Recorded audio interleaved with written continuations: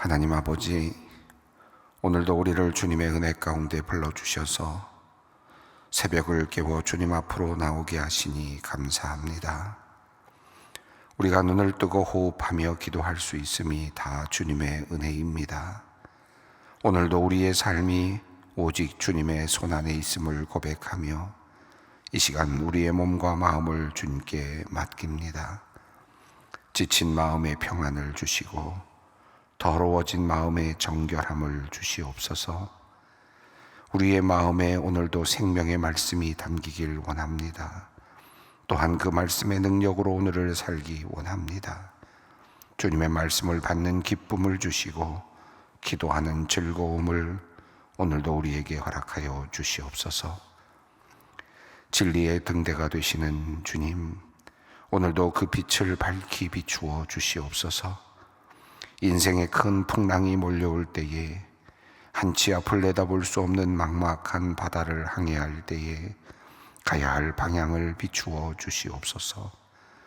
어디로 가야 할지, 어디에 닻을 내려야 할지 알 수 없을 때에도 주님께서 우리의 길을 비추어 주시옵소서. 세상의 거짓된 불빛이 현란하게 반짝이며 유혹할 때에는 주님께서 우리의 북극성이 되어 주시옵소서. 방향을 정할 수 있는, 그래서 의지하며 나갈 수 있는 빛이 되어 주시옵소서. 나라와 민족을 다스리시는 주님, 깊은 갈등과 분열로 아파하고 있는 우리나라를 위하여 오늘도 기도합니다. 극도의 정치적 혼란과 대립으로 수많은 국민들이 아파하고 있습니다. 서로를 이해하기보다는 정죄하고 대화하기보다는 비난하며 진실을 말하기보다는 거짓을 일삼는 모습을 보면 너무나도 안타깝습니다. 마치 짙은 안막이 드리워진 듯 너무도 캄캄하여 나라의 앞길이 보이지 않습니다. 그러하오니 주님, 이 나라를 긍휼히 여겨 주시옵소서. 어두움 가운데 있는 이 나라의 생명의 빛을 비추어 주시옵소서. 해결의 실마리가 될 그 빛을 비추어 주시옵소서. 그리하여 정치 지도자들이 길을 찾게 하시고 국민들이 가야 할 길을 보게 하여 주시옵소서. 무엇보다도 지도자들에게 하나님을 두려워하는 마음을 주시옵소서. 국민을 두려워하고 나라를 사랑하는 마음을 주시옵소서. 희생과 섬김을 통해 길을 보여주신 그 주님의 그 삶을 이 나라의 지도자들이 조금이라도 닮아가게 하여 주시옵소서. 또한 주님께 간구합니다. 낮은 자를 높이시며 가난한 자를 부하게 하시는 주님, 우리가 처한 이 어려운 현실이 주님의 은혜와 능력으로 도리어 복이 되는 소중한 기회가 되기를 원합니다.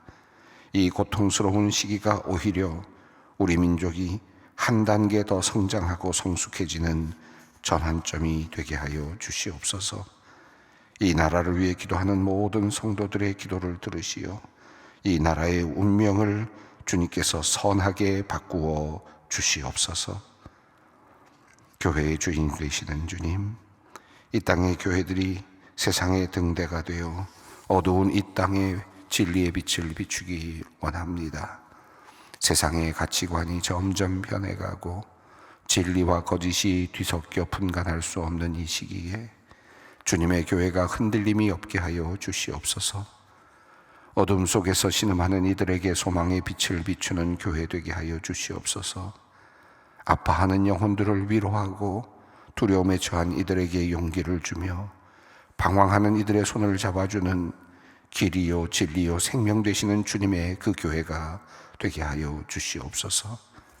주님, 그렇게 우리 소망교회를 복음의 생명으로 세상을 아름답게 하는 성령의 교회로 든든히 세워 주시옵소서. 사랑의 하나님, 이 시간 중환자실에 외롭게 누워있는 우리 장로님을 위해 기도합니다. 뇌출혈로 수술을 받았지만 여전히 호전이 되지 않아 간절한 마음으로 주님께 탄원합니다.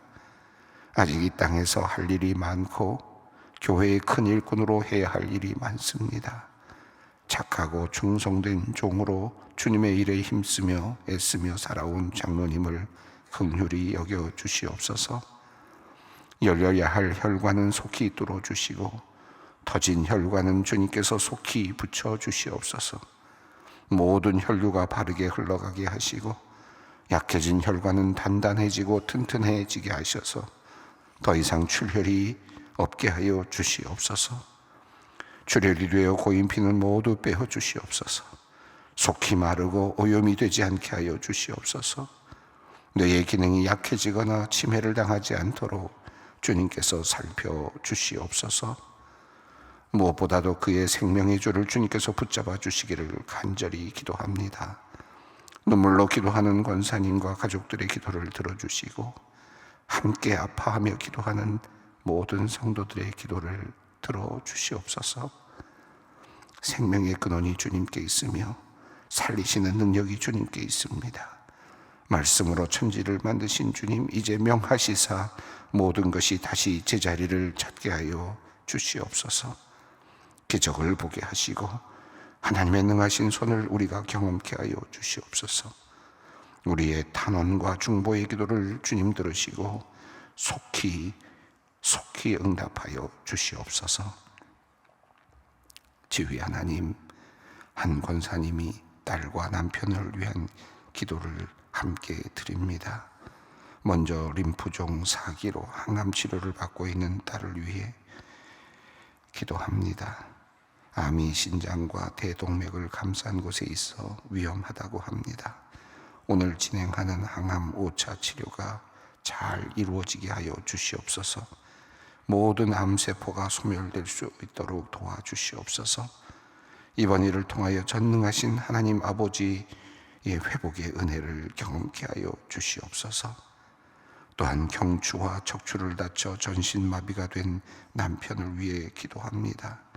지금은 아무것도 할 수 없지만 하나님의 은혜로 재활치료가 잘 이루어져서 가정으로 속히 돌아올 수 있도록 주님 역사하여 주시옵소서. 하나님의 치유와 회복이 권사님의 가정 위에 넘치게 하여 주시옵소서. 이제 말씀을 사모하며 주님께 나아갑니다. 누가복음을 통해 주시는 말씀이 우리의 심령 깊은 곳에 새겨지게 하시고 그 말씀으로 우리의 삶이 새로워지고 풍성해지게 하여 주시옵소서. 예수님의 이름으로 기도드립니다. 아멘.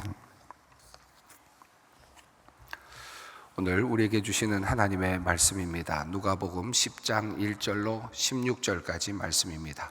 누가복음 10장 1절로 16절까지 말씀을 함께 봉독합니다. 그 후에 주께서 따로 70인을 세우사 친히 가시려는 각 동네와 각 지역으로 둘씩 앞서 보내시며 이르시되 주소할 것은 많되 일꾼이 적으니 그러므로 주소하는 주인에게 청하여 주소한 일꾼들을 보내주소서 하라. 갈지어다 내가 너희를 보냄이 어린 양을 이리 가운데로 보냄과 같도다. 전대나 배낭이나 신발을 가지지 말며 길에서 아무에게도 문안하지 말며 어느 집에 들어가든지 먼저 말하되 이 집이 평안할지어다 하라.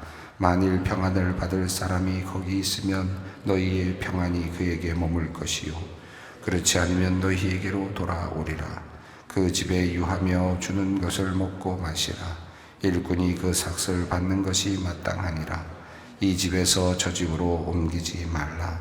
어느 동네에 들어가든지 너희를 영접하거든 너희 앞에 차려놓은 것을 먹고 거기 있는 병자들을 고치고 또 말하기를 하나님의 나라가 너희에게 가까이 왔다 하라. 어느 동네에 들어가든지 너희를 영접하지 아니하거든 거리로 나와서 말하되 너희 동네에서 우리 밭에 묻은 먼지도 너희에게 떨어버리노라. 그러나 하나님의 나라가 가까이 온 줄을 알라 하라. 내가 너희에게 말하노니 그날의 소돔이 그 동네보다 견디기 쉬우리라.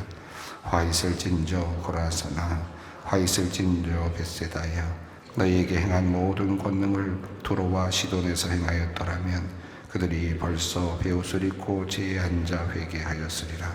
심판때에 두로와 시돈이 너희보다 견디기 쉬우리라. 가버나움아, 내가 하늘에까지 높아지겠느냐? 음부에까지 낮아지리라. 너희 말을 듣는 자는 곧 내 말을 듣는 것이요, 너희를 저버리는 자는 곧 나를 저버리는 것이요, 나를 저버리는 자는 곧 나를 이를 받으시는 저버리는 것이라 하시니라. 이제 예수님께서 예루살렘으로 가시기로 결정하시고 고난의 길로 들어서셨습니다. 그리고 나서 예수님께서는 이제 예수님을 따르는 제자들에 대한 특별한 관심을 갖습니다. 이제는 훈련의 영역을 넘어서 당부하시는 말씀들이 계속해서 이어집니다. 예수님을 따른다는 것은 어떤 것인가 라고 하는 그런 내용이 앞선 본문에 나왔죠. 그리고 이제 오늘 본문은 예수님께서 이제 파송하시는 장면입니다. 제자들을 파송하시는 장면인데, 앞서 예수님께서 그 사마리아 지역으로 들어가시면서 이제 순환의 길 예루살렘으로 가시면서 얼굴 앞으로, 얼굴을 향하여 라는 그런 표현들이 나왔는데, 예수님께서 이제 방향을 예루살렘으로 돌리셨다. 그리고 그 앞서서 제자들을 보내셨다라고 하는 그런 내용들이 나왔습니다. 자, 이제 예수님께서는 제자들을 앞세우시면서 이제 하늘나라의 복음을 전하시고, 그리고 자신의 마지막 미션을 이루어 가시기를 원하십니다. 오늘 본문은 70인을 세워서 또 파송하시는 그런 장면인데, 예수님께서 이 예루살렘으로 향하여 가시면서 70명의 그 사람들을 보내시는 내용은 이 누가복음에만 나오는 특별한 내용이기도 합니다. 자, 예수님께서 어떻게 하셨는지, 오늘 본문은 예수님께서 이제 70명을 파송했다는 내용, 그리고 그 내용과 더불어서 제자들에게 하신 말씀, 이제 파송이 되어서 복음을 전할 때 너희가 어떤 태도를 가지고 살아야 되는가, 어떤 행동 양식을, 행동의 방법을 가지고 그 전도 활동을 해야 되는가 하는 그런 내용들이 담겨 있는 구체적인 하나의 뭐랄까 교본과 같은, 제자들에게 주시는 매우 중요한 그런 내용이라고 할 수 있겠습니다.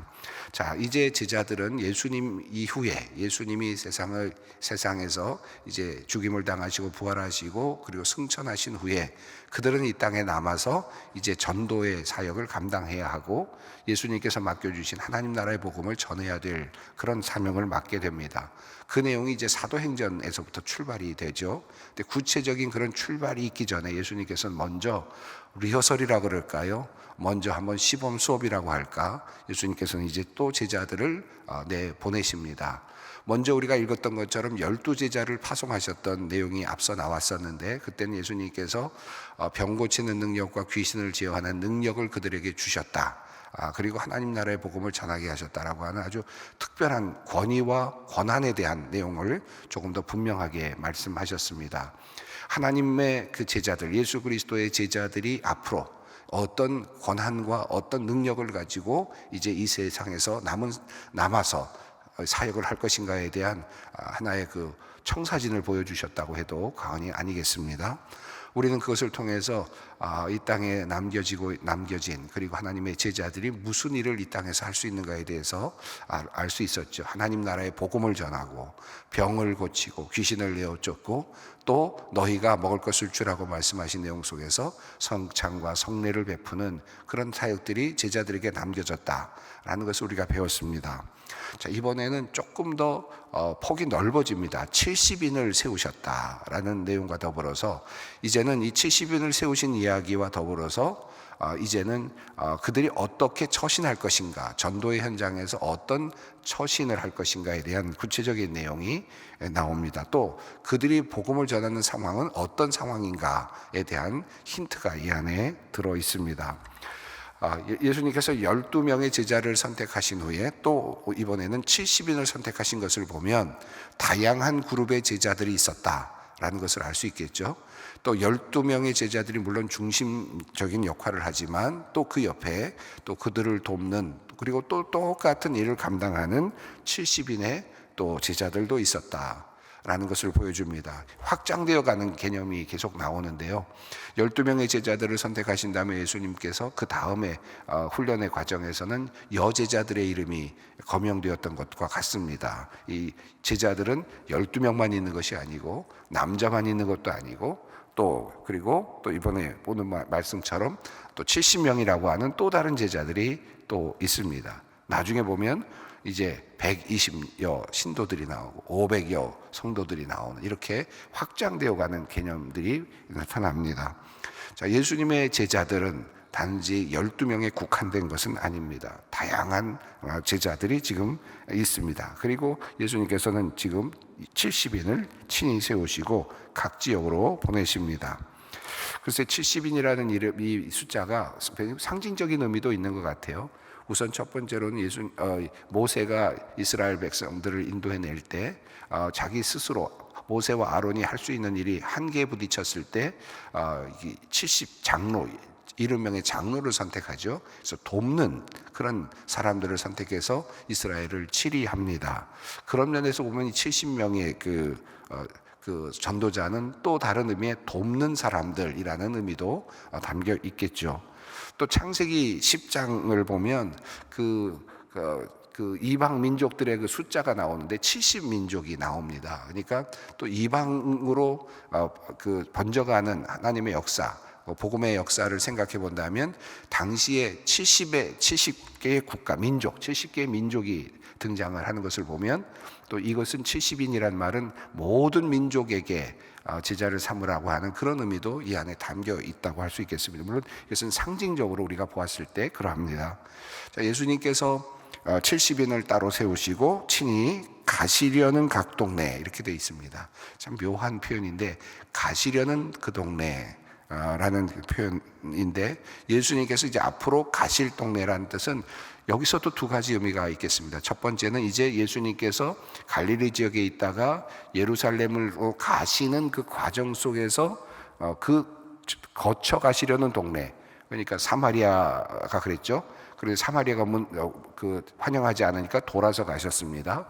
그러니까 가시려고 하는 동네, 예수님께서 이제 순환을 당하시기 위해서 예루살렘으로 가시면서 거쳐야 될 동네들을 동네에 보내셨다라는 말로 이해할 수 있겠고, 그러나 또 한편으로는 이 말은 매우 상징적으로 이제 앞으로 예수님께서 가실 모든 지역에 있는 사람, 교회, 어떤 교회를 세우실, 이 땅에 세우실, 이 땅에 복음이 전파될 그 모든 나라, 민족이라는 그런 의미로도 이해할 수 있겠습니다. 중의적인 의미가 있습니다. 그래서 예수님께서 앞서서 둘씩을 보냈다. 그래서 여기서도 또 역시 그 얼굴에 앞서라는 표현으로 되어 있습니다. 그 얼굴을 앞으로 보냈다. 이렇게 예수님의 가시는 방향이 있고요, 그 방향 앞에 이 제자들을 보냈다. 이렇게 되어 있습니다. 자, 그러면서 예수님께서는 그 보내는 제자들에 대한 안타까운 마음과 애절한 마음, 그리고 그 또 상황이 예측이 되고 있어서 그 모든 것들이 잘 표현이 되는데 2절 말씀을 읽습니다. 이르시되 추수할 것은 많되 일꾼은 적으니 그러므로 추수하는 주인에게 청하여 추수한 일꾼들을 보내주소서 하라. 2절이 참 굉장히 1절의 내용과 연결해 보면 이 내용 자체가 굉장히 뭐랄까요, 두려운 내용입니다. 이 파송이 되는 제자들 70인의 입장에서 보면 굉장히 두려운 내용입니다. 이렇게 이야기를 하시면 좀 든든했을 것 같아요. 70인을 보내시면서 자, 너희들 충분한 병력이 가니까 온 지역에 나가서 모든 일을 다 감당할 수 있을 거다. 그러니까 걱정하지 말고 나가서 일을 감당해라 라고 그렇게 하셨으면 차라리 좋았을 텐데, 그러진 않고 예수님께서는 일꾼이 적다라고 이야기를 합니다. 70명을 보내시면서. 그 말은 무슨 뜻입니까? 지금 너희들 병력이 모자란다, 그런 뜻입니다.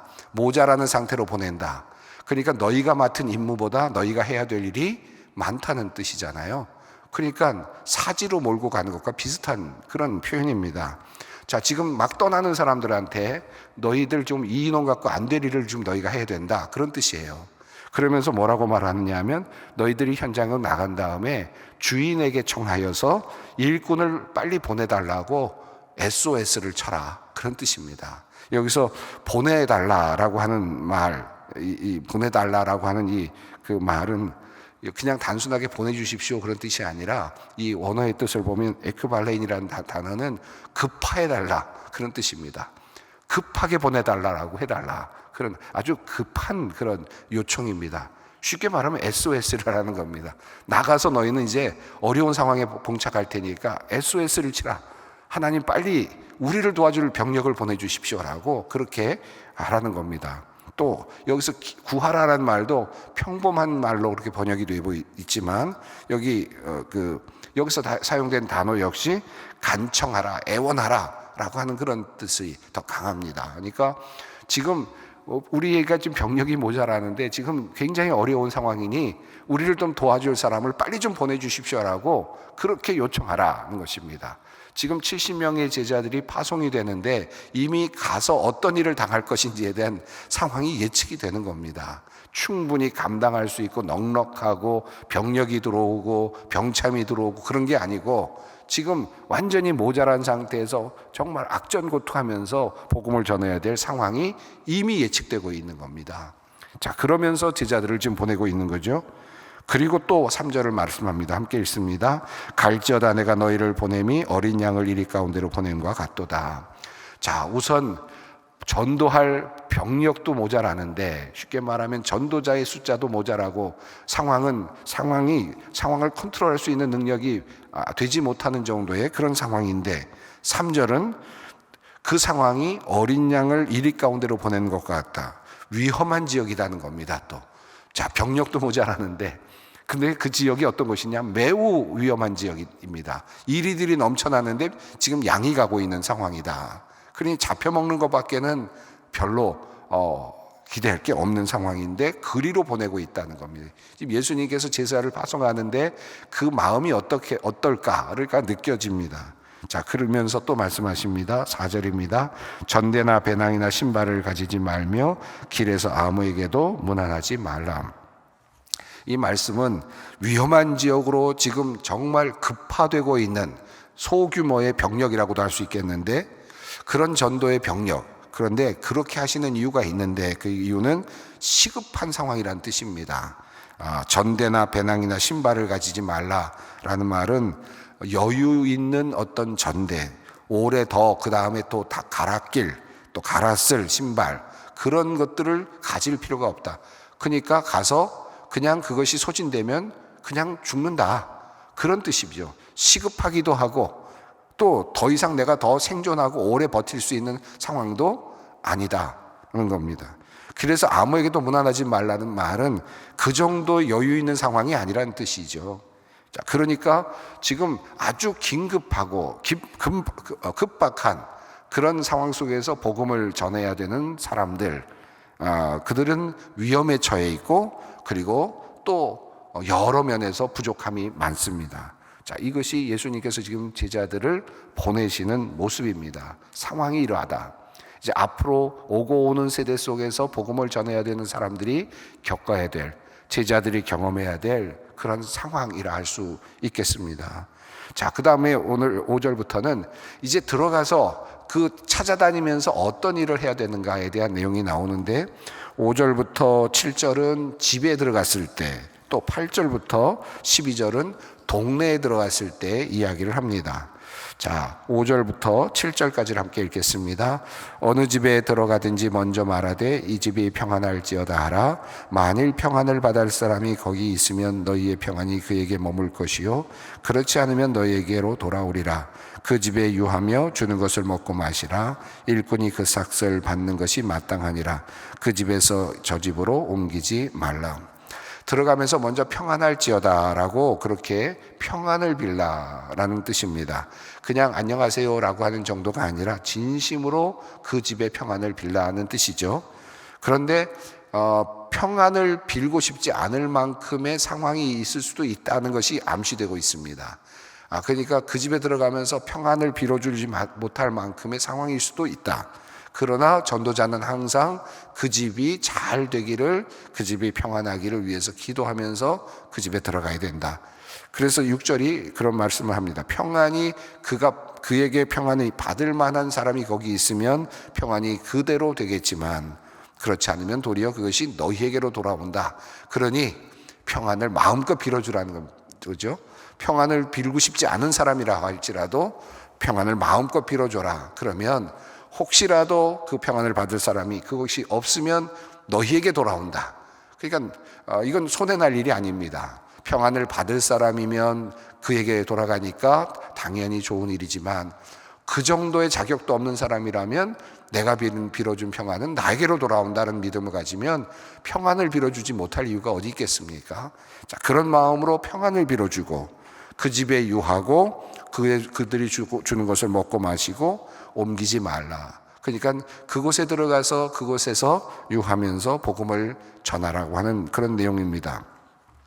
여기저기 후원이 좋은 곳을 찾아다니거나 하지 말라는 뜻도 함께 담겨 있습니다. 어디에 가든지 어느 형편에서든지 그곳에서 머무르면서 복음을 전하라는 뜻이죠.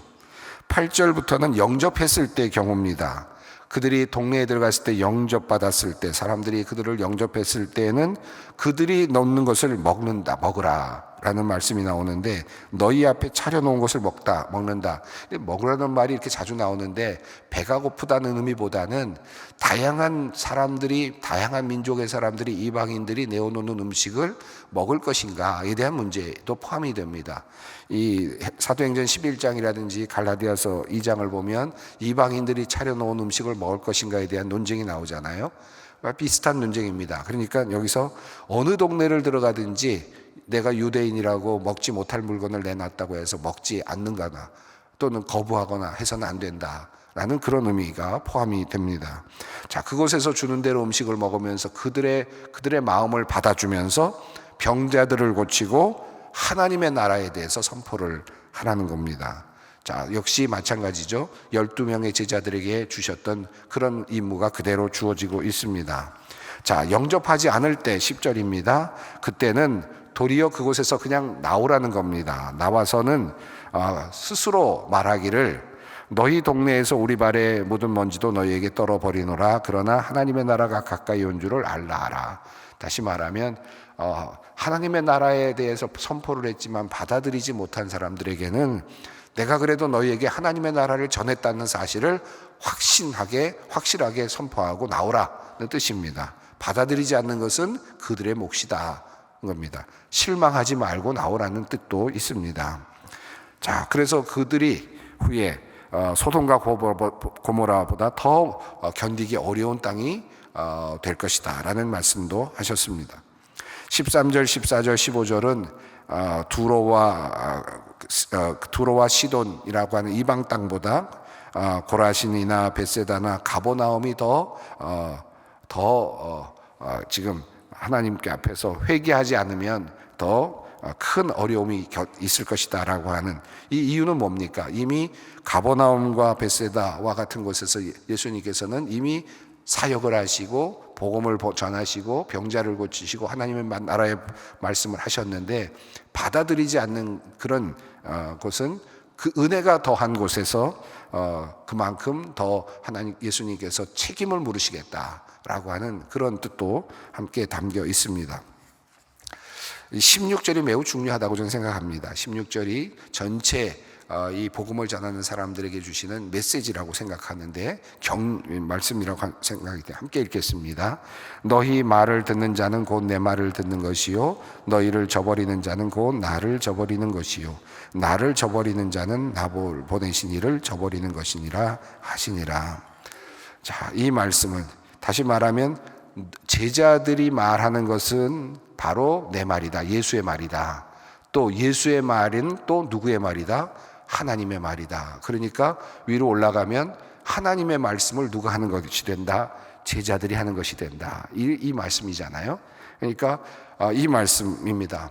자, 그런데 이 말씀은 좀 잘 들어야 될 것 같습니다. 이 말씀을 보통 목회자님들이나 이런 분들이 성도들을 향하여서 이런 말씀을 하면서 그러니까 목회자들이나 또는 제자들, 사역자들을 하나님 대하듯 하라 라는 말로 해석을 하면 이 말은 아주 틀린 말은 아니겠지만 이 말의 의미를 제대로 전달하지 못한 그런 말씀이 된다고 저는 생각합니다. 이 말은 성도들이나 다른 사람들에게 이 말을 하는 것이 아니라 파송되는 제자들에게 하신 말씀입니다. 다시 말하면 이 말은 너희가 말하는 것은 나의 말이고 나의 말은 곧 하나님의 말이다. 그러니 자부심을 가지고 복음을 전하라 라는 격려의 말이지, 이것을 성도들을 향하여서 협박을 하거나 또는 그런 말로 사용하라고 주시는 말씀은 아니라고 저는 생각합니다.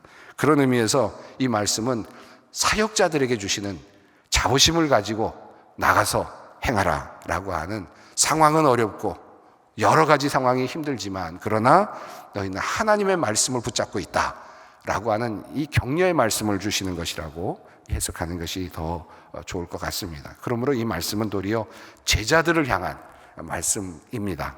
이 말씀을 가지고 우리 사역을 할 때는 자신감을 가지고 사역을 하는 것이 이 말씀의 주된 의미라고 할 수 있겠습니다. 오늘 예수님께서는 지금 이제 복음을 전하게 될 사람들이 처할 참 안타까운 현실을 이미 예견하고 계시면서 안타까운 마음으로 지금 조언의 말씀을 주고 계십니다. 여기저기에서 여전히 복음을 전하고 있는, 하나님의 나라를 증거하고 있는 많은 사람들이 있습니다. 저희들은 그래도 그래도 예배당이라도 있고 또 모이는 예배 시간도 있고 이렇게 또 규제도 별로 없지만 정말 몰래 숨어서 예배의 자리에 모여서 예배를 드리고 있는 사람들이 있고, 그 예배를 이끌고 있는 또 영적인 지도자들이 여기저기 있습니다. 그분들의 수고와 노고가 훨씬 더 크다. 그들에게 우리 주님께서는 아마 오늘과 같은 위로의 말씀을 하고 계시는 줄 믿습니다. 흩어져 있는 많은 주님의 일꾼들을 생각하시면서 오늘 기도의 자리를 함께 나아가길 원합니다. 하늘에 계신 우리 아버지의 이름을 거룩하게 하시며 아버지의 나라가 오게 하시며 아버지의 뜻이 하늘에서와 같이 땅에서도 이루어지게 하소서. 오늘 우리에게 일용할 양식을 주시고 우리가 우리에게 잘못한 사람을 용서하여 준 것 같이 우리 죄를 용서하여 주시고 우리를 시험에 빠지지 않게 하시고 악에서 구하소서. 나라와 권능과 영광이 영원히 아버지의 것입니다. 아멘.